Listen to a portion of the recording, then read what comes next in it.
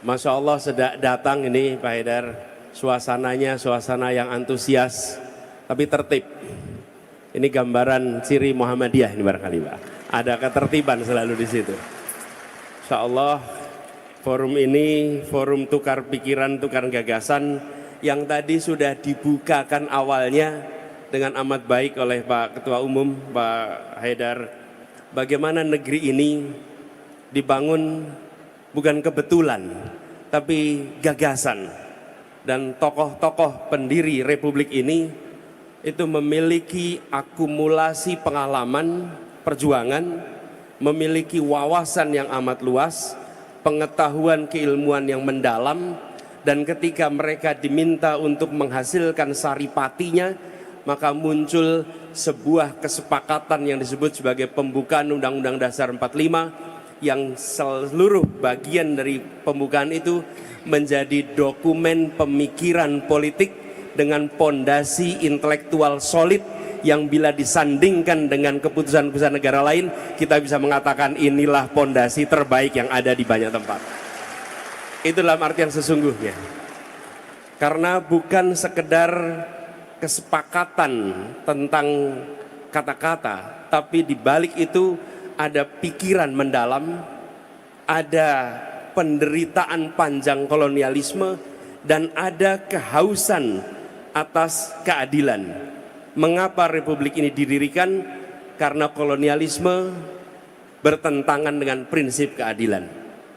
Jadi Republik ini didirikan pada ujungnya untuk sebuah tujuan, yaitu kalimat terakhir dalam pembukaan Undang-Undang Dasar 45. Keadilan sosial bagi seluruh rakyat Indonesia. Itu kalimat penutup di dalam pembukaan, dan itulah intisari mengapa kita merdeka. Bukan sekedar menggulung kolonialisme, tapi menggelar keadilan sosial dan kemakmuran bagi seluruh rakyat Indonesia. Itu juga yang menjadi prinsip kami. Saya, Gus Muhaimin, berangkat dengan sebuah niat dan tujuan bahwa ikhtiar kita untuk melakukan perubahan bukan sekedar mengubah, tapi kami ingin Indonesia yang lebih adil, Indonesia yang lebih setara, Indonesia yang memberikan kesempatan yang setara bagi semua. Prinsip keadilan adalah prinsip utama yang kami hendak bawa. Ini yang kemudian nanti akan diterjemahkan di dalam berbagai macam kebijakan. Mengapa kita menuju ke sana? Izinkan saya menengok sedikit perjalanan bangsa kita. Bila kita tengok perjalanan bangsa ini, itu dimulai dengan kita menyepakati jadi satu bangsa. Kalau boleh slide-nya boleh ditayangkan. Mulai dengan satu bangsa. Tahun 28 berbagai suku budaya menyepakati kami menjadi bangsa Indonesia. Dan kesepakatan bangsa Indonesia itu ditandai dengan bahasa persatuan bahasa Indonesia. Bapak Ibu sekalian, kalau kita tidak menyepakati bahasa persatuan, mungkin di kampus-kampus Muhammadiyah itu kalau kuliah mahasiswanya dari mana-mana harus pada belajar bahasa. Kenapa? Karena bahasa Indonesia belum jadi bahasa persatuan. Hari ini kita menganggap sebagai sesuatu yang biasa saja bahwa kita memiliki bahasa persatuan bahasa Indonesia. Uni Eropa bersatu, ada 28 bangsa, 28 suku, bahasa persatuan mereka, bahasa resmi mereka adalah 23 bahasa. Seluruh kesepakatannya ditulis dalam 23 bahasa. Setiap parlemennya bersidang, di belakang ada penerjemah. Semua dokumen diterjemahkan. India begitu, semua negara bineka. Kita ini yang kami sebut sebagai satu yang pertama. Satu yang pertama, yaitu satu bangsa. Apa bisa dipastikan mengikuti iPad kami yang operator. Oke, mengikuti iPad ini saja ya. Jadi satu bangsa disambungkan dengan iPad saja. Coba kalau boleh minta tim operator untuk sambungkan di sini. Nah, yang kedua adalah satu negara yang tadi diceritakan oleh Pak Haidar. Kita menjadi satu negara, negara Indonesia. Satu pertama satu bangsa, satu yang kedua menjadi satu negara. Tapi kita masih federasi. Berikutnya, satu yang ketiga kita menjadi satu negara kesatuan ketika ada mosi integral Natsir. Menjadi satu kesatuan. Jadi kalau hari ini ada yang mengatakan NKRI harga mati, itu K-nya itu baru terjadi tahun 50. Sebelum itu belum ada K, adanya negara Indonesia. Dan disebut Indonesia itu wilayahnya cuma Jogja. Yang lainnya adalah Indonesia Serikat. Bung Karno mengatakan pada 17 Agustus 1950, ini adalah proklamasi Indonesia yang kedua ketika kita memproklamasikan menjadi negara kesatuan. Lalu kita belum satu air, karena baru tanah saja ini. Airnya bukan Indonesia. Laut Jawa, laut internasional. Selat Sulawesi, selat internasional. Berbagai perairan bukan wilayah Indonesia. Lalu deklarasi Juanda. Nah, Juanda ini tokoh Muhammadiyah. Juanda adalah seorang guru Muhammadiyah yang mengajar di Jakarta. Bahkan ceritanya cukup legendaris ini. Diminta jadi guru di Teknische Hogeschool dengan gaji 275 golden, dan dia memilih untuk tetap menjadi direktur sekolah SMP di Muhammadiyah di Jakarta. Ini seorang pejuang yang punya sejarah panjang. Dia mengatakan deklarasi Juanda tahun 57 diperjuangkan sampai 82 baru kita satu tanah air. Nah, PR yang berikutnya, kita ingin, ini menjadi visi kita, sudah satu bangsa, satu negara, satu tanah air, satu negara kesatuan, satu yang kelima, kita harus menjadi sebuah satu kemakmuran di seluruh wilayah Indonesia. PR kita di situ, bagaimana seluruh wilayah ini memiliki kesetaraan kemakmuran, kesetaraan kesempatan. Karena bila terjadi ketimpangan terus-menerus, maka resikonya adalah menjaga persatuan itu akan sangat sulit sekali. Sebagai contoh, saya berikan ilustrasi Bapak Ibu sekalian, betapa ketimpangan itu nyata. Pembangunan itu tentang manusia, bukan tentang infrastruktur, bukan tentang bangunan, tapi manusianya. Indeks pembangunan manusia Jawa Sumatera, perhatikan tahun 2013 69 skornya untuk Jawa dan Sumatera. Coba perhatikan Kalimantan, Bali, Nusa Tenggara, Sulawesi, Maluku, paling kanan bawah, angka 69 tahun 22. Artinya apa? Ketinggalannya satu dekade. Bukan soal selisihnya itu 4 poin, 5 poin. Mengejar 5 poin itu satu dekade Bapak Ibu sekalian. Jadi ini ketimpangan bila tidak dikoreksi, ini belum masukkan pertumbuhan ekonomi. Nanti bisa tunjukkan pertumbuhan ekonomi, lapangan pekerjaan, investasi, dan indikator-indikator lainnya. Masukkan satu aja, ketimpangan luar biasa. Bapak Ibu sekalian pasti pernah ingat balkanisasi tahun 90-an, Yugoslavia tercerai-berai. Kita ingatnya etnik konflik, itu di ujung. Sebelumnya apa? Disparitas ekonomi yang terus-menerus. Makedonia yang maju, Serbia yang maju, tapi Bosnia, Herzegovina, dan tempat-tempat yang lain, Slovakia yang itu mengalami penurunan yang luar biasa. Ketimpangan itu terus-menerus. Dibiarkan. Itu sama seperti mengeringkan hutan, seperti mengeringkan rumput. Cukup ada satu puntung rokok jatuh, maka rumput itu terbakar, maka hutan itu terbakar. PR kita hari ini, jangan pernah kita mengeringkan rumput Indonesia, jangan pernah kita mengeringkan hutan Indonesia. dengan membiarkan ketimpangan itu terus-menerus. Apalagi kalau dimasukkan ketimpangan kota desa, ketimpangan kota kecil, kota besar. Ketimpangan itu luar biasa. Inilah PR terbesar kita. Karena itu kita ingin menjaga Indonesia utuh, Indonesia tetap satu, dan bangsa ini utuh. Caranya apa? Bukan dengan menekan dan memberikan rasa takut. Kita pernah punya periode di mana ada stabilitas, ada persatuan. Kenapa? Karena ada yang pegang senjata dan mengawasi semuanya. Maka diam dan bersatu. Persatuan yang sesungguhnya itu ditopang dengan hadirnya rasa keadilan. Di situ maka muncul persatuan. Itulah sebabnya kita mengusahakan ke arah sana. Kesetaraan dalam semua aspek. Dan ketika kita berbicara kesetaraan semua aspek, maka kita ingin melakukan perubahan yang mendasar. Yang pertama, Bapak Ibu sekalian yang kami hormati, kami melihat perlunya untuk kita mengubah kebijakan-kebijakan dengan memasukkan unsur keadilan. Kenapa ini menjadi mendasar? Sebagai contoh, bidang pendidikan. Nanti akan kita bahas bersama. Apakah kebijakan untuk penerimaan siswa baru sudah mencerminkan rasa keadilan?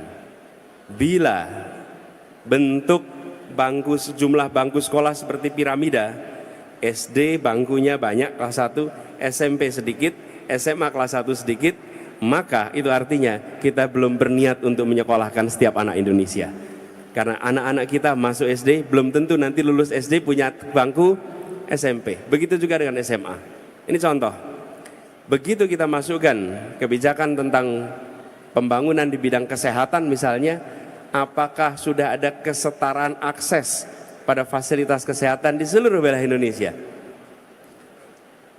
Untuk promotif, untuk kuratif, untuk preventif.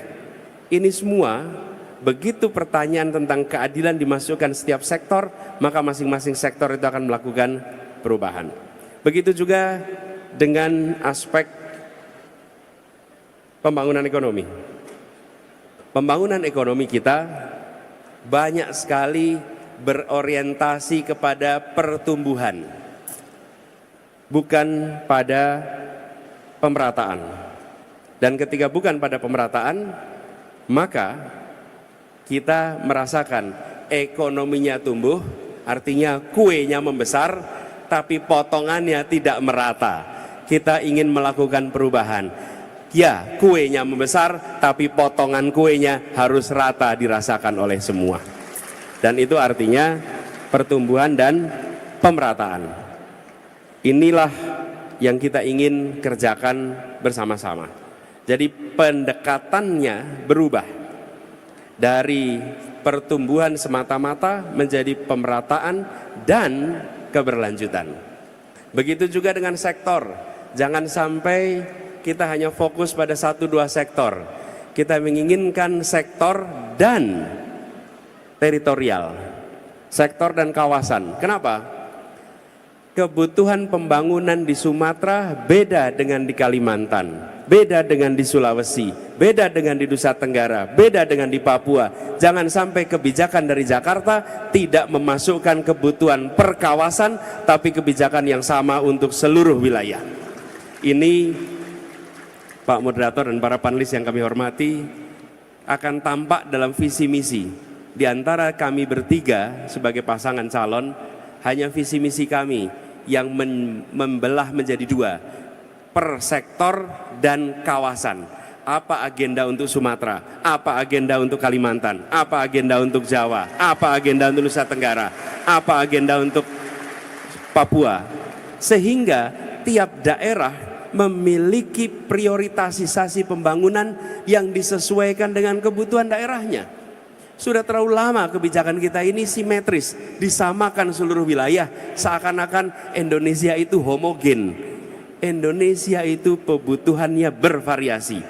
Masukkan unsur bineka di dalam ikanya kebijakan kita. Dengan begitu kita akan menyaksikan sebuah pembangunan yang setara di seluruh wilayah. Lalu pendekatan top down menjadi pendekatan kolaborasi gotong royong. Memiliki kewenangan bukan berarti memiliki pengetahuan. Memiliki kewenangan bukan berarti memonopoli peran. Sebagai ilustrasi, di tahun 50-an, 60-an, 70-an, peran negara itu sangat besar. Mengapa? Karena pelaku non-negara belum besar, masih kecil.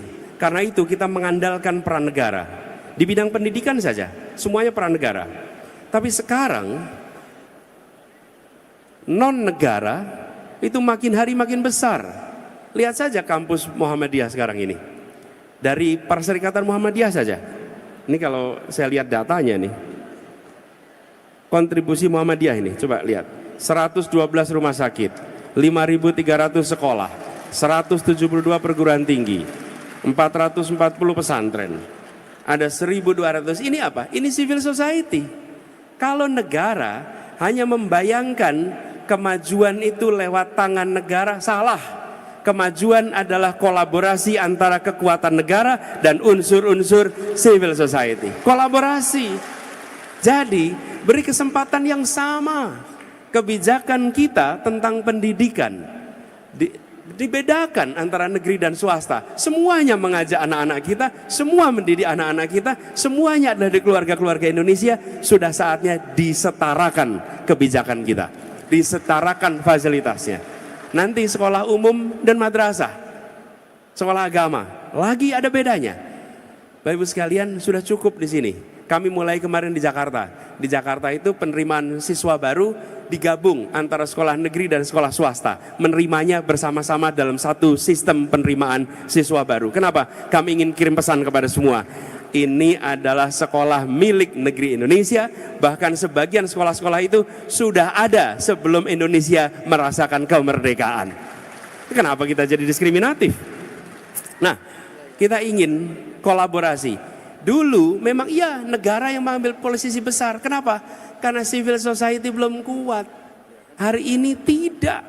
Hari ini begitu besar. Ini contohnya amal usaha Perserikatan Muhammadiyah. Amal usaha perserikatan ini luar biasa. Bagaimana kebijakan kita tentang rumah sakit antara swasta dan negeri? Coba lihat, sudah saatnya disetarakan kebijakan-kebijakan itu semua. Jadi Bapak sekalian yang kami hormati, prinsip ini yang kemudian diturunkan di semua kebijakan yang insya Allah akan dibuat. Lalu yang tidak kalah penting, kami merasa perlu untuk mengembalikan kegiatan demokrasi kita untuk bisa kembali. Indonesia hari ini mengalami kemunduran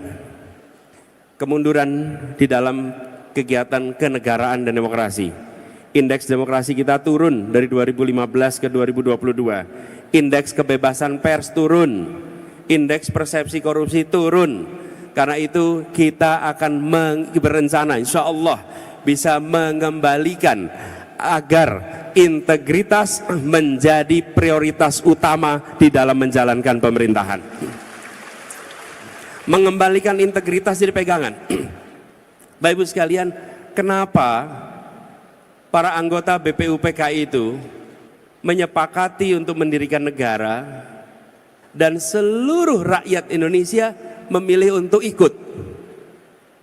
Para sultan, para sunan, para raja di seluruh Indonesia mengatakan kami ikut. Karena mereka melihat pendiri-pendiri republik ini adalah orang-orang berintegritas yang melampaui kepentingan dirinya sehingga mereka dipercaya secara tanpa syarat. Kepercayaan tanpa syarat. Dan kepercayaan tanpa syarat itu membuat apa? Semua mau memberikan apa saja. Apa saja. Bapak Ibu sekalian, kita yang di Jawa Tengah ini, Jogja, Jawa Tengah merasakan karena revolusi fisik terjadi di tempat ini. Apa yang terjadi? Semua orang menyumbangkan apa saja. Ada yang menyumbangkan nyawanya, ada yang menyumbangkan uangnya, menyumbangkan hartanya, apa saja. Kenapa? Karena mereka tahu ini didirikan dengan tujuan mulia oleh orang-orang yang berintegritas. Kita harus mengembalikan integritas itu. Ini cerita pengalaman pribadi. Saya di Jogja, itu rumah saya Jalan Kaliurang, sering ke perpustakaan. Ada perpustakaan Islam di Mangkubumi sama perpustakaan KR. Waktu itu sering ke dua tempat itu, dulu Pak Amin Mansur di situ, Allahyarham. Lalu pinjamnya apa? Buku-buku biografi. Biografinya Agus Salim, biografinya Syahrir, biografinya tokoh-tokoh itu semua. Dan orang tua kami selalu bilang, Anis, ini adalah contoh-contoh, jadikan mereka teladan, jadikan mereka teladan. Saya sekarang itu berpikir, itu nama-nama yang disebut itu kalau hari ini ditanya profesinya apa ya? Kalau ditanya profesi, maka jawabannya profesi mereka itu politisi. Politisi. Tapi tidak ada keluarga-keluarga di Indonesia yang memandang mereka sebagai orang yang tak terhormat. Tidak ada keluarga-keluarga yang menganggap sebagai rendah. Kalau mereka muncul, mereka katakan jadilah kalian seperti dia, contohlah dia.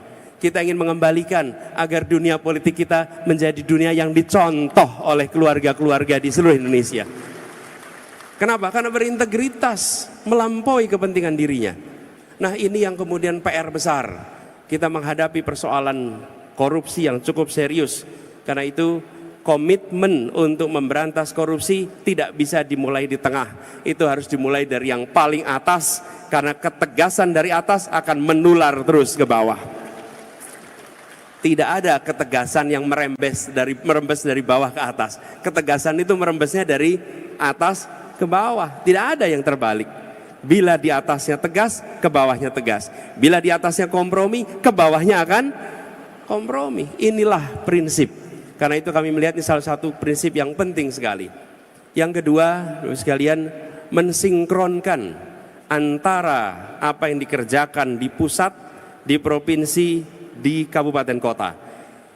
Dengan adanya pemilihan tingkat daerah, dengan adanya otonomi daerah, kebijakan pusat sering tidak sinkron. Kenapa terjadi? Saya pernah merasakan jadi kepala daerah.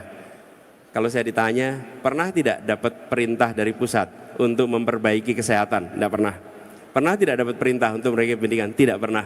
Pernah dapat perintah untuk memperbaiki soal kesehatan ibu? Tidak pernah. Jadi kalau ada gubernur, wali kota, bupati memikirkan soal ibu hamil, maka bupati, wali kotanya itu yang peduli. Bukan karena ada direction dari pusat. Ke depan itu diubah. Harus ada guideline dari pusat untuk semua isu yang harus dikerjakan oleh seluruh daerah. Kenapa? Karena pusat mengirimkan dana transfer. Dana transfer dikirimkan tapi tidak diiringi dengan tuntutan kinerja. Apa yang terjadi? Dana transfernya diterima, tapi di jalan tidak dilaksanakan program-program untuk kesejahteraan rakyat. Insya Allah dengan seperti ini maka sinkronisasi itu akan terjadi. Integritasnya ada, sinkronnya ada. Insya Allah ini akan membuat aliran APBN kita, APBD kita dirasakan lebih baik untuk seluruh masyarakat Indonesia. Boleh diaminkan, boleh diaminkan. Baru kali ini amin diaminkan, Mas ya. Nah, kemudian Mas sekalian, kita menyaksikan juga bagaimana kebebasan dalam demokrasi mengalami penurunan. Kritik justru dibutuhkan dalam sebuah pemerintahan. Karena kritik itu akan mencerdaskan masyarakat dan kritik itu akan memaksa pembuat kebijakan untuk selalu mengkaji mana yang lebih baik karena adanya hujanan kritik. Tapi ketika kritik itu mati atau dimatikan, maka yang sesungguhnya terjadi kebijakan itu kualitasnya mengalami penurunan. Jadi kami memandang kebebasan ini menjadi salah satu hal yang penting untuk dikembalikan, bahkan kebebasan pada rakyat secara umum. Jangan sampai menyebut Indonesia dengan istilah Wakanda, dengan istilah Konoha, hanya karena kita tidak berani menyebut nama Indonesia karena khawatir ada undang-undang ITE yang memprosesnya. Insya Allah undang-undang yang membelenggu kebebasan itu yang akan direncana untuk direvisi di kedepannya.